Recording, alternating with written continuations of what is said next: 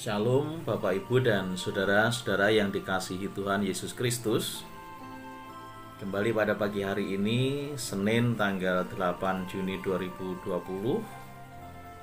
Saya menyapa panjenengan semuanya. Kiranya bahagia, damai dan sejahtera tetap menyertai di tengah situasi kondisi yang serba terbatas ini.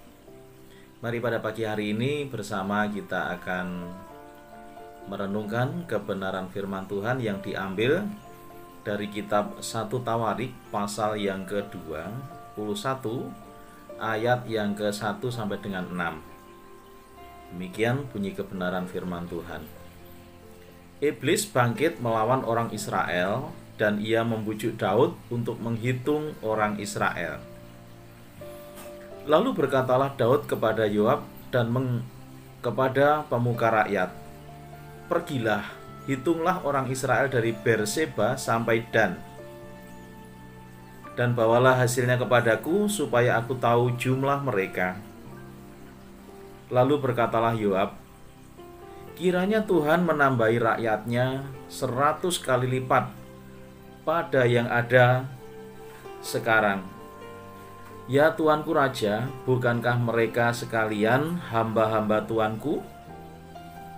Mengapa Tuanku menuntut hal ini? Mengapa orang Israel harus menanggung kesalahan oleh karena itu?" Namun titah raja itu terpaksa diikuti Yoab. Maka pergilah Yoab menjelajahi seluruh Israel. Kemudian kembali ke Yerusalem. Lalu Yoab memberitahukan kepada Daud hasil pendaftaran rakyat. Di antara seluruh orang Israel ada 1.100.000 orang yang dapat memegang pedang, dan orang Yehuda ada 470.000 orang yang dapat memegang pedang. Orang Lewi dan Benyamin tidak dimasukkannya dalam pendaftaran, sebab titah raja itu dianggap keji oleh Yoab. Kita berdoa. Bapa kami di dalam surga, terima kasih Tuhan kalau pada pagi hari ini Kau menyatakan kasih setiamu kepada kami semuanya, sehingga di dalam keberadaan kami bersama boleh datang kepadamu dan kami akan merenungkan kebenaran firman-Mu. Kiranya firman Tuhan menjadi kekuatan bagi kami. Oleh karena itu kami membuka hati untuk perkataan firman-Mu. Tuhan, berkata-katalah, kami siap untuk mendengarkannya. Di dalam nama Tuhan Yesus kami bersama berdoa, kami mengucap syukur. Amin. Bapak, Ibu, dan saudara-saudara yang dikasihi Tuhan Yesus Kristus, di dalam keberadaan kita semuanya tentu pernah mengingat atau tahu tentang kapal Titanic. Sebelum kapal Titanic berlayar pada hari itu, ada seorang penumpang bertanya kepada awak kapal, apakah kapal sebesar kapal pesiar Titanic ini dapat tenggelam?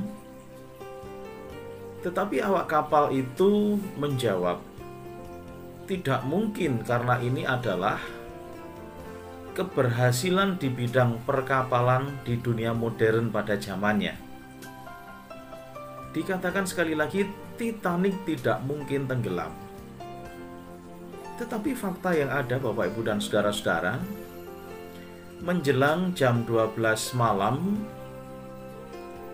tanggal 14 April 1912, kapal Titanic tenggelam oleh karena menabrak gunung es.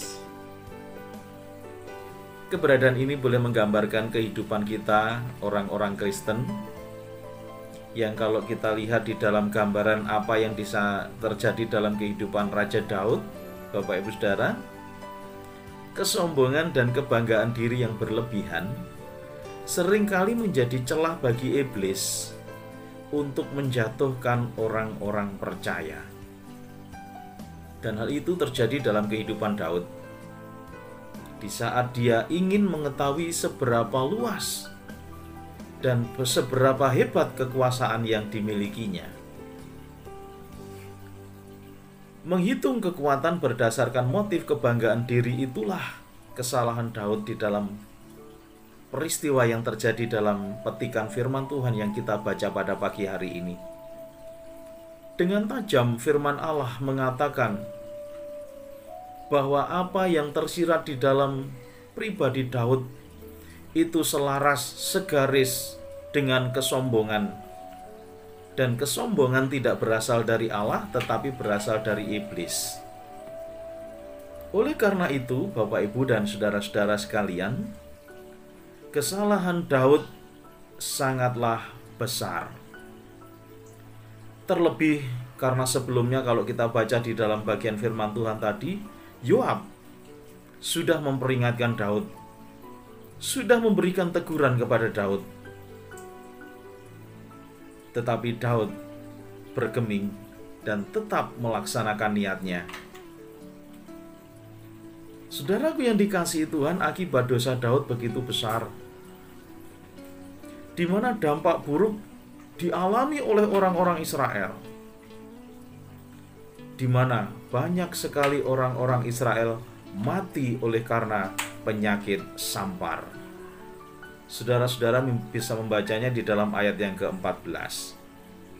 Nah, saudara-saudara yang dikasihi Tuhan, belajar dari kesalahan inilah Daud melihat bahwa apa yang dilakukannya berakibat fatal bagi rakyatnya.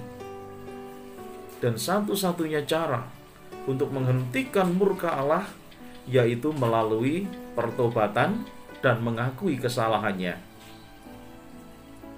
Dari sinilah Daud mengakui, Daud memahami bahwa di satu sisi Allah itu adalah maha suci, dan di sisi yang lain Allah adalah pribadi yang maha pengampun.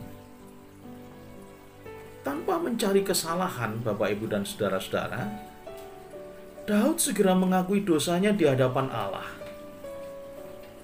Dan sikap ini menunjukkan bahwa Daud menerima segala apa yang terjadi dalam dirinya, dan dia menunjukkan tanggung jawabnya atas segala perbuatannya.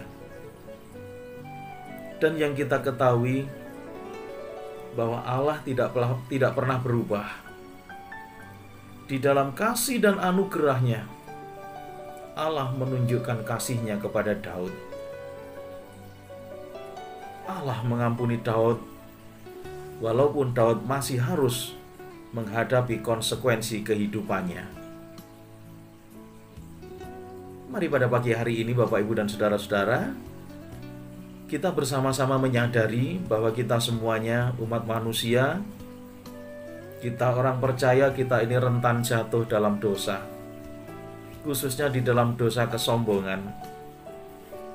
Maka sebelum teguran firman Tuhan nyata atas kehidupan kita, mari bersama kita bertobat. Kita mau akui keberadaan kita yang mungkin tinggi hati, yang mungkin ada terselip kesombongan di sana, sehingga kehidupan kita pun dipulihkan di dalam Tuhan Yesus. Yakinlah bahwa Tuhan pasti memberkati kita semuanya, seperti Allah memberkati Daud. Kita bersama berdoa. Tuhan Bapa di surga, terima kasih segala penyertaan yang Kau nyatakan kepada kami. Pada kesempatan pada pagi hari ini kami bersyukur karena Kau nyatakan kepada kami betapa agung dan luar biasanya kasih yang Kau nyatakan kepada kami orang-orang percaya, khususnya jikalau di dalam kehidupan kami mau mengakui kesalahan kami, mau mengakui segala perbuatan kami, kesombongan kami, ketinggi-hatian kami. Dan ketika kami bertobat, Engkau berkenan untuk memulihkan kehidupan kami seperti Engkau memulihkan Daud. Karenanya Tuhan, pagi hari ini, dalam kehidupan kami bersama, kami mau menyerahkan kehidupan kami sepenuhnya. Kami percaya Tuhan yang menjaga, melindungi kami, mengingatkan kami, sehingga kami tidak jatuh di dalam berbagai-bagai pencobaan, sehingga kehidupan kami tetap ada di dalam kasih setia dan anugerah-Mu. Terima kasih, kami serahkan perjalanan kehidupan kami sepanjang hari ini ke dalam kuasa tangan-Mu. Kami yakin berkat dan anugerah-Mu senantiasa Kau nyatakan kepada kami sekalian. Di dalam nama Tuhan Yesus Kristus, kami bersama berdoa, kami mengucap syukur. Amin. Nah, Bapak, Ibu, dan saudara-saudara yang dikasihi Tuhan Yesus Kristus, biarlah pada pagi hari ini kita bersama-sama senantiasa dapat menikmati kasih dan setia-Nya. Mari bersama di dalam kehidupan kita tetap menjalani kehidupan seperti apa yang sudah dinyatakan melalui himbauan-himbauan yang ada, khususnya ketika kita masih melihat bahwa di Jawa Timur, di Kediri, masih terjadi berbagai macam peningkatan kasus corona. Karenanya, saat keluar rumah jangan lupa pakai masker, rajin cuci tangan, dan jikalau keluar rumah gunakan alat pelindung diri yang lain. Tetap jaga diri, waspada, menjaga kebersihan, dan biarlah itu semua akan menjadikan kita tetap ada di dalam kasih karunia Tuhan.